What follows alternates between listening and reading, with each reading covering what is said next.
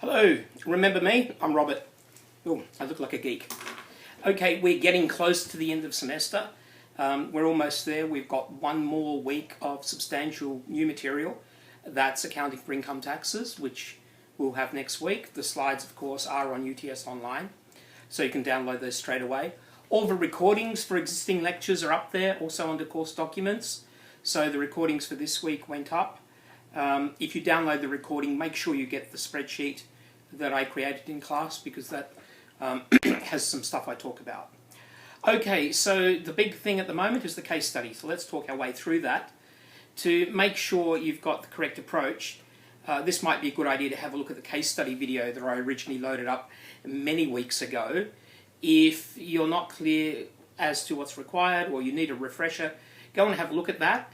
I've provided the link to that on our blog, so that's utsfra.blogspot.com, and that video is available up there, entitled FRA Case Study Guidance. The video was originally posted on UTS Online earlier in semester, so it's also there under assignments. If you just scroll down, you'll see the video there. Now, as we get close to the presentation weeks, it's probably a good idea to just refresh your memory. Make sure you don't lose marks for anything that you can avoid losing marks for. Okay, so go have a look at that. Secondly, the case study Turnitin issue. We want you to submit an electronic copy of the case study onto UTS Online through the Turnitin facility. This is to make sure that the work is your original work. Don't be stressed, it's not totally an automated process.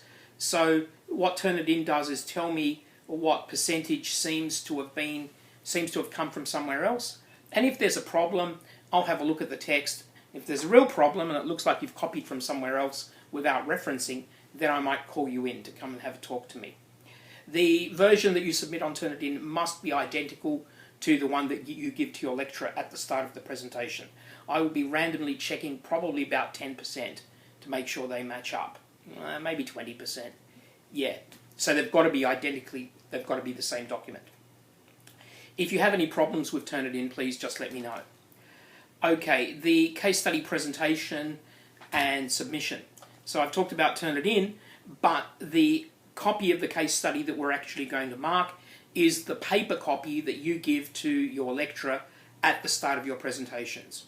So Stephen, Helen and I have made various announcements about how we allocate you to the weeks.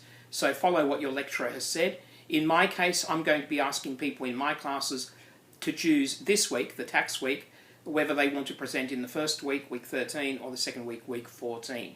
And I'll do the allocation in class. Okay, important that you give us the entire case study for marking at the start of your presentation. Anything that you give us after you have started presenting will not get any marks. So it's got to be complete before you go in there. The format of the presentation, you've got 20 minutes to present. You know, we might give you a little bit of flexibility of a minute or so, but don't push your luck. Any overruns will result in your losing marks. So it's a good idea to practice your presentation. Not everybody has to present, but everybody has to be there from the group. Okay, after your presentation, after 20 minutes, there will be 5 minutes for other members of the class to ask questions, and then 5 minutes for changeover.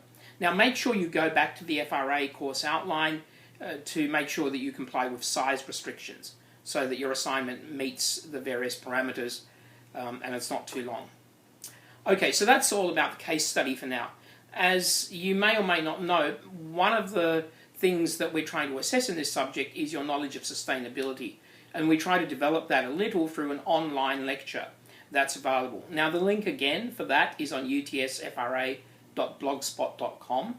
You need to look at that lecture. It's about 15 minutes because this material is examinable and will be examined in the exam for this subject. So find 15 minutes, have a look at it. It's not hard, the concepts are straightforward, but you need to understand what we're talking about. Okay, last point, the mid-semester exams. Mid-semester exam reviews are now almost complete. So if the review has resulted in a change in marks, those mark changes should be on UTS Online's Grade Centre facility next week. I think that's everything I need to tell you. I hope you've enjoyed the semester. Maybe this is a bad time to say that because you're all stressing about the case study, but hopefully things will go okay. again, if you have any questions, don't forget there are drop-ins 5 to 6 p.m, 6 to 7 p.m. on Tuesday. We all have consultations announced on UTS Online. So if you're having difficulties, we are here to help you. Okay, see you in class.